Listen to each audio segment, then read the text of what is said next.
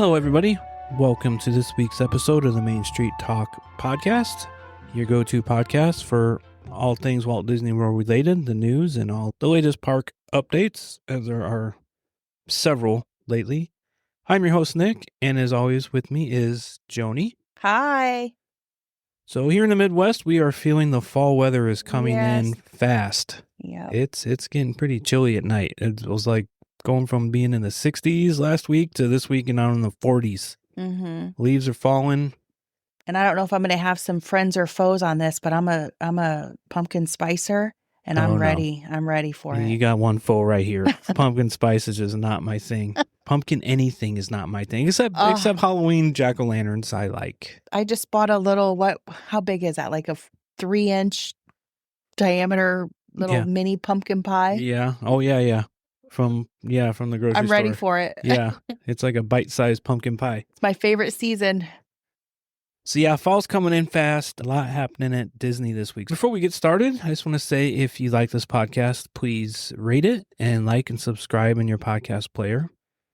And as always, you can contact me for your next Disney travel vacation. I am a Disney travel agent. All my services are free. And a new promotion just dropped this week. Oh, share. It's for Aulani. Ooh. A lot of people may not know that Disney has a resort in Hawaii. Oh, yeah. Maybe not. Yeah, they're doing a special.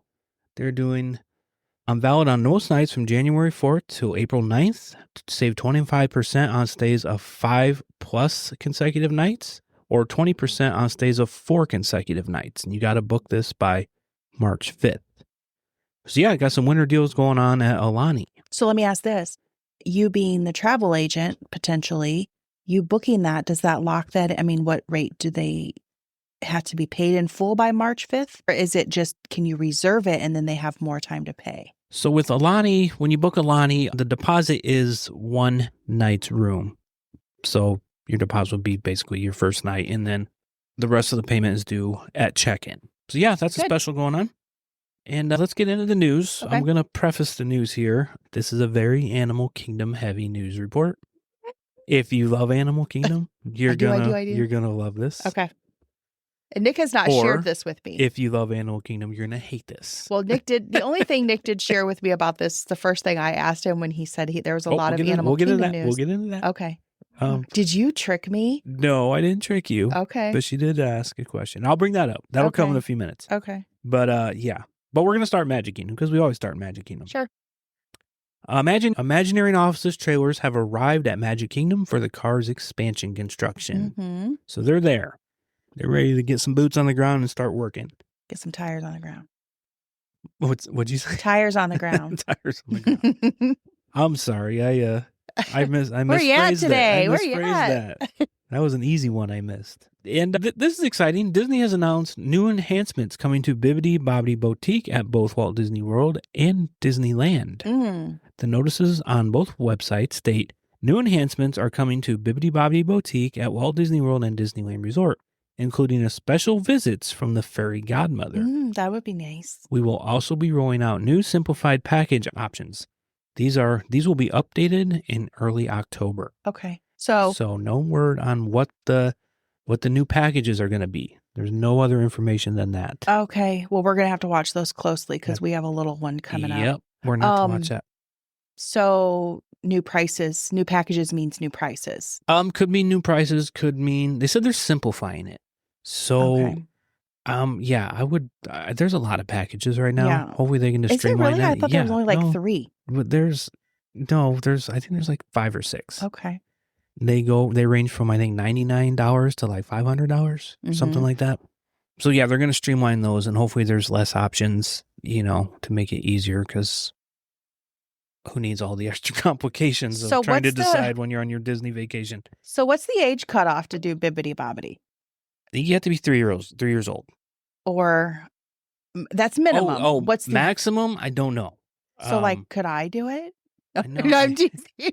You want to visit the fairy godmother that bad? They might think I was the fairy godmother. No, you do have to be 3 years old. No, you have to have a park ticket. So But you can be any age and get pixie dust. Just FYI. Going to Sir Mickey's. That's right. I did it. Yeah. or you can go meet the princesses at Fairy Tale Hall. That's right. So that's it for Magic Kingdom. Okay. Nothing in Epcot. Nothing in Hollywood Studios. Wow.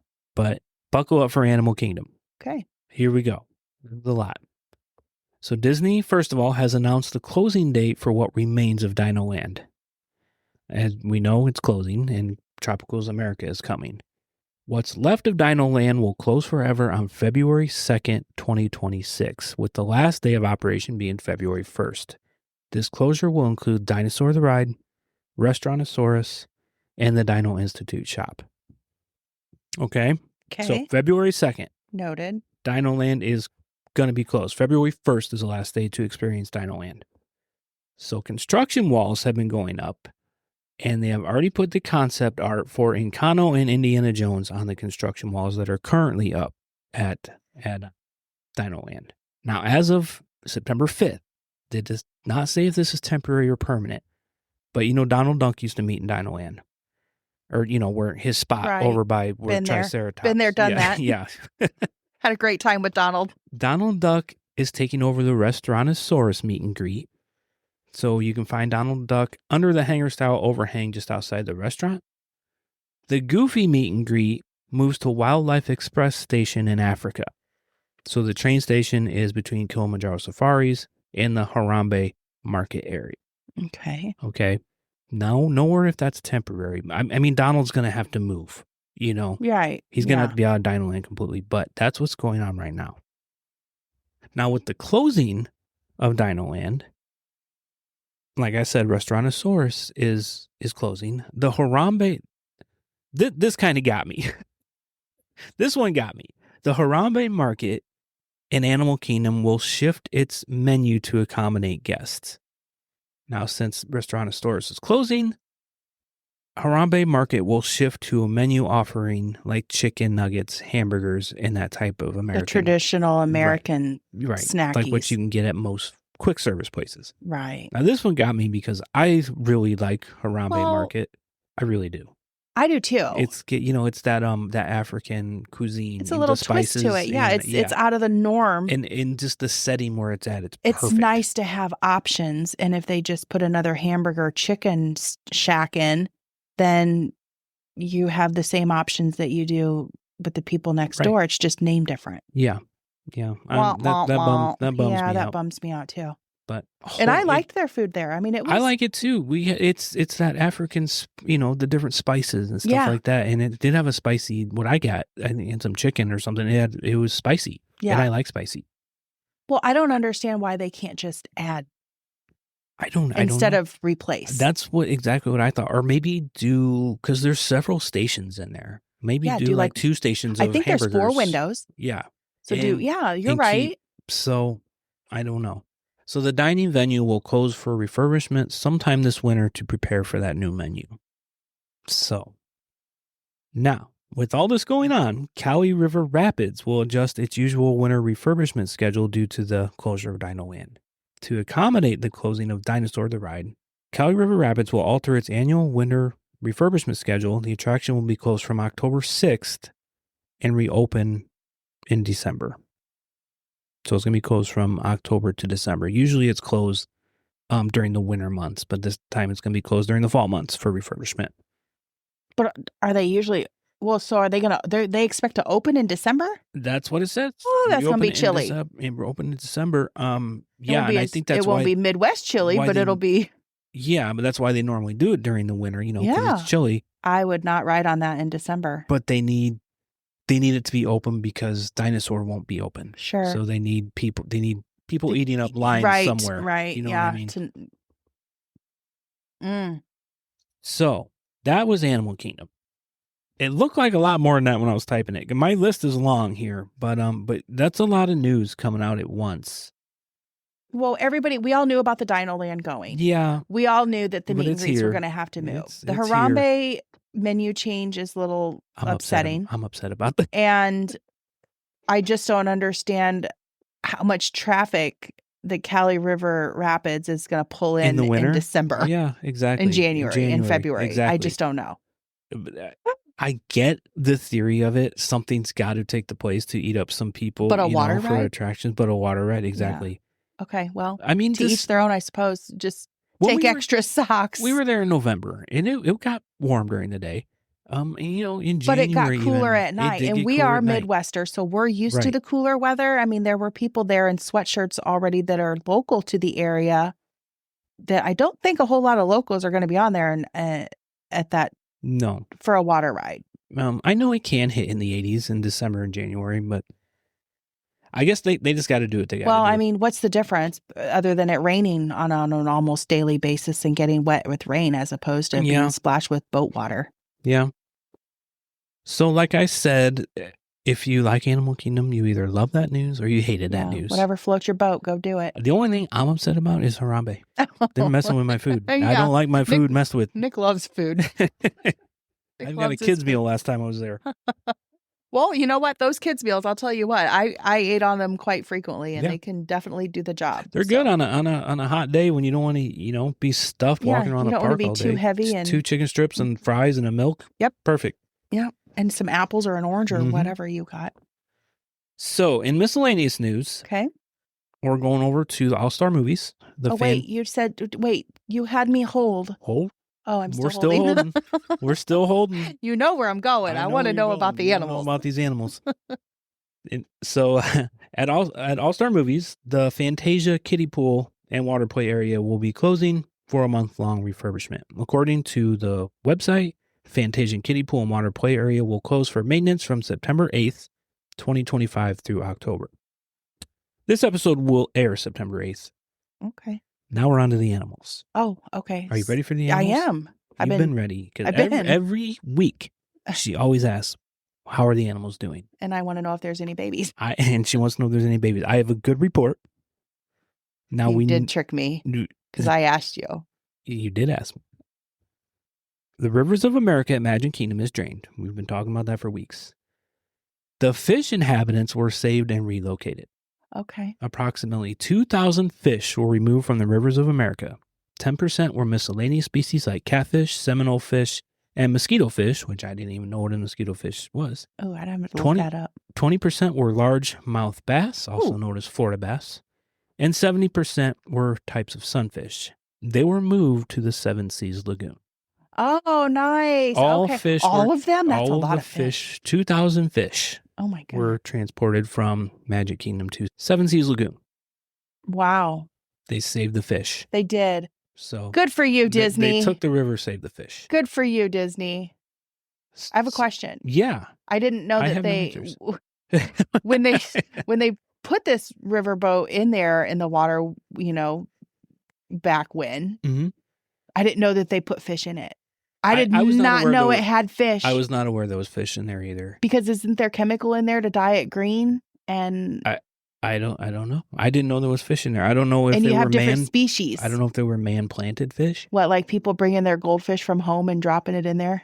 Then I don't know. And then they turn into catfish because of the chemicals. There was 2,000 fish in there. Oh my word! So boy, they just left them to keep multiplying and multiplying. Though, my gosh, they're gonna have to skim it and relocate them elsewhere, and then they're just. Well, now all the fish at Seven Seas Lagoon have a lot of new neighbors they got to accommodate. Right. Yeah, a lot more competitive feeding retail times. Marketing. Yeah, so that's what I got for news this week. Or real estate. Animal Kingdom, things are moving. All right. Well, good. Yeah, I'm glad to hear that about the fishies. So we can go over to the Spotlight on Attraction this week. What do we got, Joni? Well, this week we are going to talk about Peter Pan's Flight, and we're just about close to finishing up Fantasyland. We've got just a few more here going on, and then but today we're talking about Peter Pan's Flight, and it is a dark indoor ride that suspends from an above track, giving a flying experience. So the Disney description is soar high above the rooftops of London aboard a pirate galleon on an adventure to Neverland. It is a family-friendly ride that is a nostalgic favorite for many. There is no height requirement, but kids under 7 must be accompanied by someone who's 14 years or older. Each ship will seat 2 average-size adults. A cast member will direct riders how to seat their party. So there must be, because it sways, Right. So you're not too front heavy, too back heavy or whatnot. I have no idea what that means. We were just loaded. Didn't pay attention how, but it's a tier 1 multi-pass. Accessibility features are wheelchair and electric vehicle users must transfer to the standard ride vehicle. Ride vehicles do not stop or slow down. And there is audio description and handheld captioning devices available at guest services for those folks who might need that. There is no action photo. The duration of the ride is about 2 minutes. It's an opening ride of October 3rd, 1971, and it is based on the 1953 movie. It is a popular ride with a typically long wait time, and the queue is covered with the standby line taking you through the Darling residence. I really like this queue. Mm-hmm. It's you go through the nursery and you get to see where they all the bedrooms and really really cool queue. You get to see Tinkerbell in there and inside her box, and then there's shadow play on the wall. Yep, you get to see some shadow plays. Yeah, this is a very very classic Disney theming. Yeah. If you think about the queue, very classic. And there's going through the house. There's photographs hanging on the walls, like you're in the hallways, things like that. Yep. Yeah. So it actually eats up and makes your wait time once you're in there seem very small. It's almost like you don't even have enough time to look at everything that's there. Yeah. If you're observant enough and want to be that type of person that wants to look at your surroundings, some people just want to get right to. Yeah, it is cool. I like the queue. Mm-hmm. But I will say this: if you've never been to Disney, this is a very popular ride. Yeah. Like Joni said, the wait times get long, and the load capacity is very low. So this is a wait. If this is a must for you, I would, if you're doing lightning lanes, definitely schedule this on your tier 1 for Magic Kingdom if it is a must for you. If you're not doing lightning lanes, either go there right at early entry or rope drop, depending on where you're staying. Because of the popularity of it.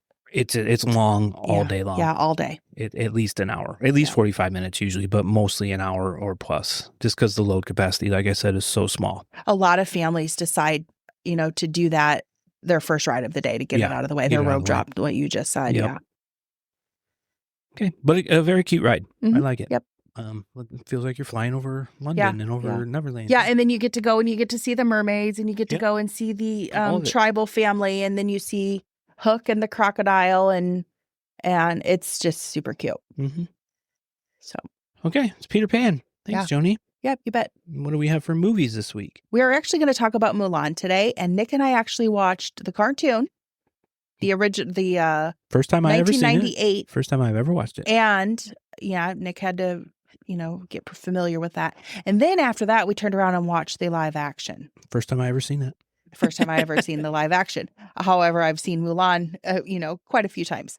Anyway, it premiered July 5th, 1998 at the Hollywood Bowl in Los Angeles. It was released to the rest of the United States on June 19th. And it is 87 minutes. The budget was $90 million, and a box office return was $304.3 million. So they just keep doing it. It didn't do quite as well as some of the others. Pocahontas, like I said last week, was $55 million, pulled in $346. So it wasn't as much. It cost more, and it didn't have as much of a return. But still, it made in the Renaissance, and it did do a fabulous job regardless. Anytime you make $1 million off of anything, you're doing pretty good. Doing pretty good. So the writers, Raymond Singer and Eugenia Boswick Singer, and the directors, Barry Cook and Tony Bancroft. The film was inspired by a Chinese legend of Mulan, documented in the ancient ballad of Mulan from the Northern Dynasties period, which is the 4th to 5th century AD. Now, Mulan wasn't an actual person, but it is some of the story material was said to be depicted of actual events that had occurred. Okay. So, but the story itself is not nonfiction. So her traits are that she's a risk taker, she's determined, faithful, she's courageous, passionate. She's 16 years of age in the time of the story. Obviously, her nationality is that she is Chinese. Her occupation is a poet soldier. And it is set in ancient China. The film follows the story of a young woman who disguises herself as a man to take her father's place in the imperial army when he is drafted to fight against the Huns. With the help of her dragon companion, Mushu, Mulan trains, proves herself in battle, and earns the respect of her fellow soldiers. She ultimately saves China from the Huns, defeating her leader, Shan Yu, and reveals her true identity, earning the admiration of the emperor and her country. The film explores themes of bravery, honor, and self-discovery. So as I just said in that little briefing, Dragon, Mushu, is one of her sidekicks, and that dragon in the cartoon is actually voiced by Eddie Murphy. Yes, yeah, which we were both surprised at. Yeah. And then her horse is Khan. That's her horse's name. Her spouse is Li Shang. And there's a follow-up movie, Mulan 2, that came out in 2004. And as Nick and I just were talking, the live-action remake of September 4th, 2020. She has a daughter in what movie? Mulan 2. She has a daughter in... You get me with this every week. The Descendants. Yes, very good. I need to put a Post-it note on my computer somewhere. The answer is Descendants. You say that every week. I do. I'm going to keep testing you until it just comes out natural. Her daughter's name is Lonnie. A little bit of bonus information. Mulan was the first of 3 features produced primarily at the Disney Animation Studio, which is now Hollywood Studios, in Bay Lake, Florida. Development for the film began in 1994 when a number of artistic supervisors were sent to China to receive artistic and cultural inspiration. I think I read they spent like 3 weeks there. Really? Just going to different parts of China, like 4 or 5 different culture, areas. Architecture and stuff like that. Yeah. And the film was well received by critics and the public, who praised the animation, the plot, the characters, and the musical score. And it earned a Golden Globe. So it's talking about awards. I'm going to jump over to the Renaissance. Academy Award, it was nominated for 1. It did not win. Annie Awards, nominated for 12 and won 10.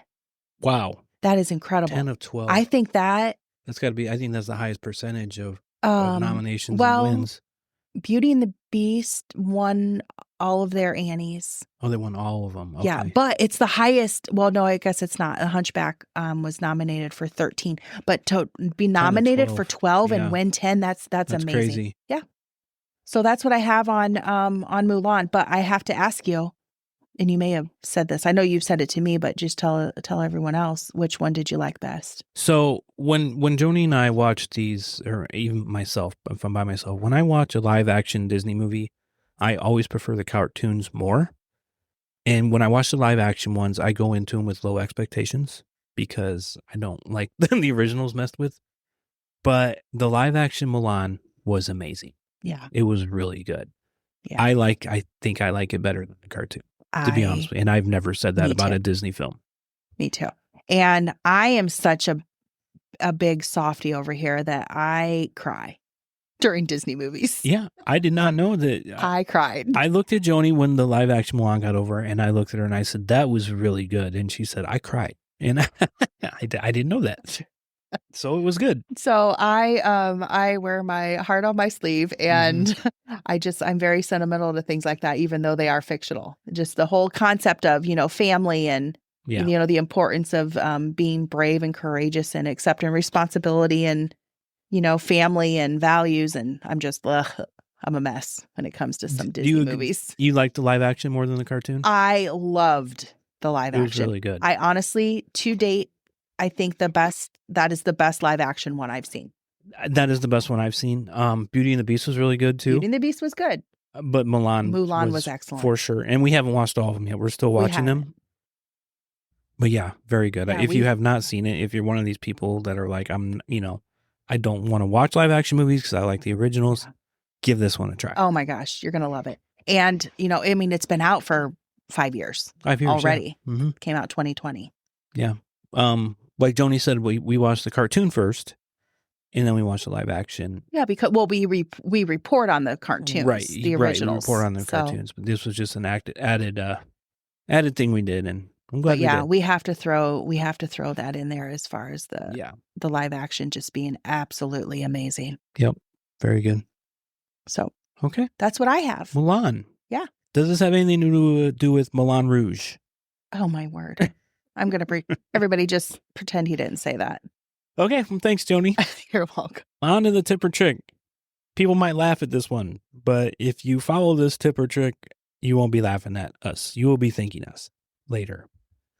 This week's tip or trick has to go with if you're staying on Disney property at any of the hotels. I don't care if it's value, moderate, or deluxe. Something we do every time, and we will continue to do, is bring your own toilet paper. Oh, yes. Oh, yes. This is huge. You may be laughing, but this is no joke. You will be thanking us.